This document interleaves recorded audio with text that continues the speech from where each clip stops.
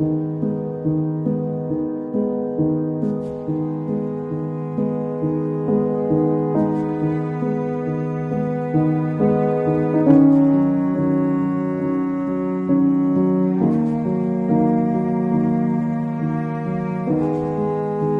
வசதியான வாழ்க்கையை விட்டுட்டு பேர் தெரியாத முகம் கூட புரியாத ஒரு பழங்குடி மக்களுக்காக உங்களால் வாழ முடியுமா?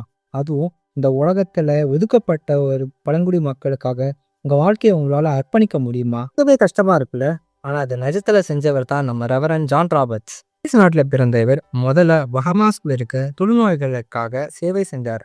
ஆனா அவரோட தேடல் அங்க மட்டும் நிக்கல. 1983 அமெரிக்காவில் இருக்கிற வியோமிங் பட்டணத்துக்கு போய் அங்க இருக்கிற ஷோசோன் மற்றும் மரஃபோன் மக்களோட ஒன்றா வாழ ஆரம்பித்தார். அவரோட கலாச்சாரத்தை மாற்றவோ இல்லை அழிக்கவோ நினைக்காம அவங்கள முழுசாக மதித்து பைபிளை அவங்க சொந்த மொழியிலேயே மொழிபெயர்த்தார்.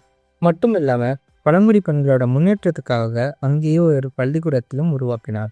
25 வயசு வரைக்கும் இந்த மக்களுக்காகவே வாழ்ந்து தன் வாழ்க்கையை அர்ப்பணித்தவர் தான் இந்த மாமனிதர் ஜான் ராபர்ட்ஸ். அதனால் நாமும் இவரை முன்மாதிரியாக வைத்து கடவுளுக்காக பெரிய விஷயங்களை செய்வோம். தேங்க்யூ.